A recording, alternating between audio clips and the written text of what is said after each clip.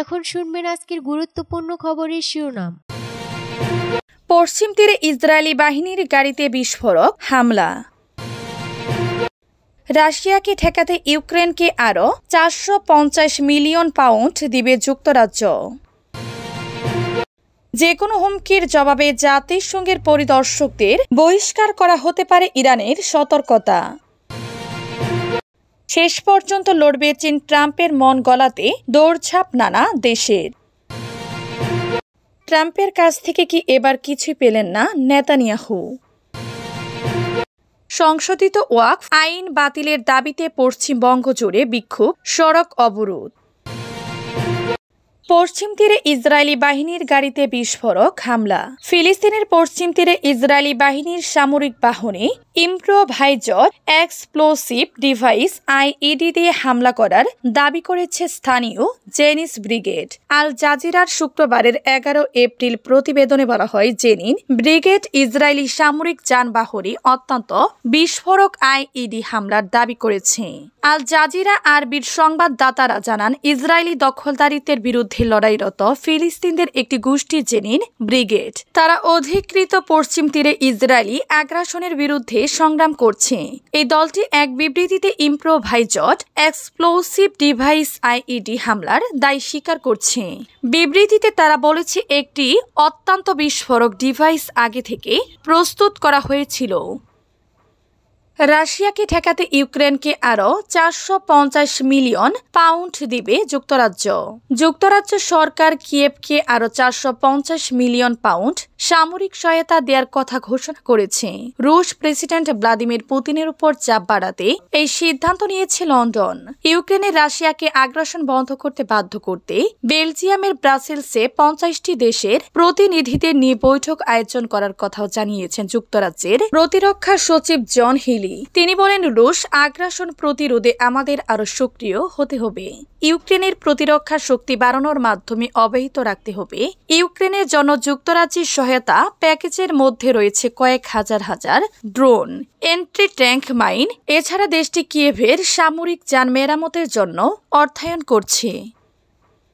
যে কোনো হুমকির জবাবে জাতিসংঘের পরিদর্শকদের বহিষ্কার করা হতে পারে ইরানের সতর্কতা।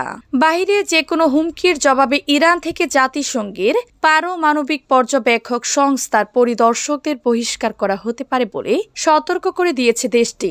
তেহরান এমন সময় এ সতর্ক বার্তা দিল যখন মার্কিন পররাষ্ট্রমন্ত্রী মার্কো রুবিও বলেছেন, পারমাণবিক কর্মসূচি নিয়ে আলোচনার জন্য শনিবার আগামীকাল ওমানে যুক্তরাষ্ট্র ও ইরান সরাসরি আলোচনা করবে।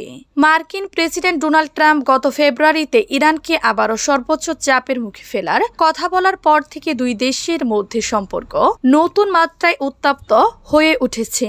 ইতিমধ্যে গত বুধবার ট্রাম্প বলেছেন, কোনো চুক্তি ছাড়া ইরানি পররাষ্ট্রমন্ত্রী আব্বাস আরাগচি ও মধ্যপ্রাচ্য বিষয়ক মার্কিন দূত স্টিভ উইটকফের মধ্যে আলোচনা শেষ হলে ইরানের বিরুদ্ধে সামরিক পদক্ষেপ পুরোপুরি সম্ভব। তিনি আরো বলেন, ইসরায়েল অবশ্যই এতে অনেক বেশি জড়াবে ও সামরিক পদক্ষেপে নেতৃত্ব দিতে চাইবে।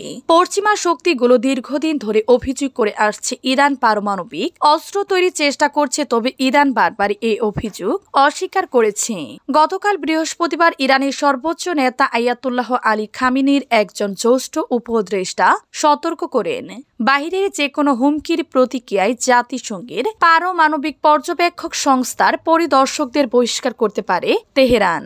সামাজিক যোগাযোগ মাধ্যম এক্সে দেয়া এক পোস্টে রিয়ার অ্যাডমিরাল আলী শামখানি বলেন, অব্যাহত বাহিরের হুমকি ও ইরান সামরিক হামলার ঝুঁকিতে থাকলে আন্তর্জাতিক পরমাণু শক্তি সংস্থা আইএ থেকে পরিদর্শকদের বহিষ্কার করা এবং সংস্থাটিকে সহযোগিতা বন্ধ করা সহ প্রতিশোধমূলক ব্যবস্থা গ্রহণ করা হতে পারে।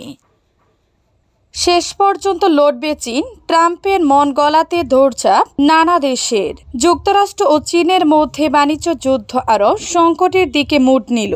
যুক্তরাষ্ট্রের দফায় দফায় শুল্ক বৃদ্ধির মুখে চীনের বাণিজ্য মন্ত্রণালয় কড়া ভাষায় জানিয়েছে শেষ অবধি লড়াই করে যাবে তারা। বিশ্ব বাণিজ্য বড় প্রতিদ্বন্দ্বী চীনকে কোণঠাসা করতে তৎপর ট্রাম্প অন্য দেশগুলোর উপর আরোপ করা পাল্টা শুল্ক 90 দিনের জন্য স্থগিত করলেও চীনের উপর শুল্ক বাড়িয়ে দেওয়া হয়। হোয়াইট হাউস গতকাল বৃহস্পতিবার চীনা প্রায় সব পণ্যে 145% শুল্ক আরোপের কথা জানায়।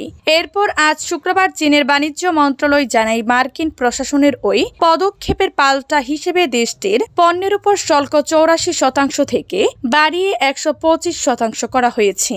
যুক্তরাষ্ট্রের বিরুদ্ধে আরও পদক্ষেপ নেয়ার হুঁশিয়ারি দিয়েছে চীনের বাণিজ্য মন্ত্রণালয়। তারই অংশ হিসেবে আজ দেশটিতে হলিউড চলচ্চিত্র আমদানির উপর নিষেধাজ্ঞা দেয়া হয়েছে।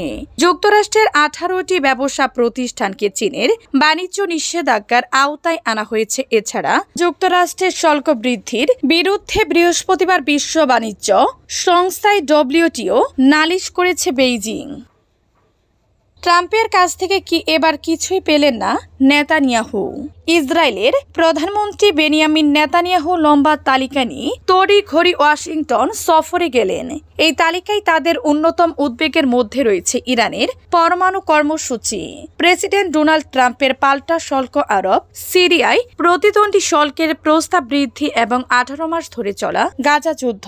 দেখে মনে হচ্ছে 2 মাস আগে তার ওয়াশিংটন সফরের কথা চিন্তা করলেও ট্রাম্পের সঙ্গে গত সোমবারের বৈঠক থেকে অনেকটা খালি হাতে ফিরতে হয়েছে ইসরায়েল প্রধানমন্ত্রী নেতানিয়াহুকে। ওভাল অফিসে ঘণ্টাব্যাপী বৈঠকে নেতানিয়াহু তার বিশেষ অগ্রাধিকার নীতি নিয়ে আলোচনায় ট্রাম্পের পক্ষ থেকে 6 তিরস্কার শুনেছেন, নয়তো তার নীতির সঙ্গে ভিন্নমত পোষণের কথা শুনেছেন।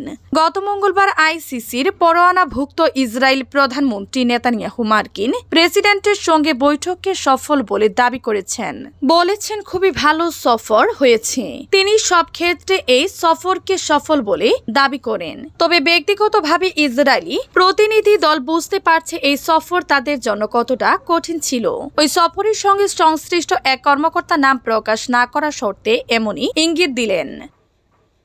সংশোধিত ওয়াক আইন বাতিলের দাবিতে পশ্চিমবঙ্গ জুড়ে বিক্ষোভ, সড়ক অবরোধ। ভারতের পশ্চিমবঙ্গ রাজ্যে আজ শুক্রবারও ওয়াক সংশোধনীয় আইন বাতিলের দাবিতে প্রতিবাদ বিক্ষোভ হয়েছে।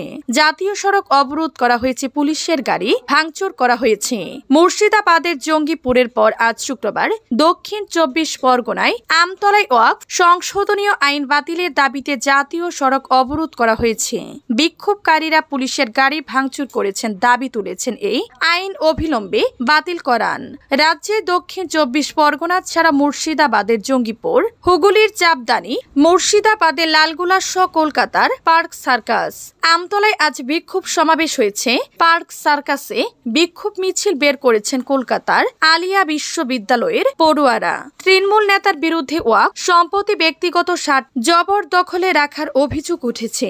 ভারতের কেন্দ্রীয় গোয়েন্দা সংস্থা আইবি কেন্দ্রীয় স্বরাষ্ট্রমন্ত্রী অমিত শাহর কাছে এক প্রতিবেদনে বলেছে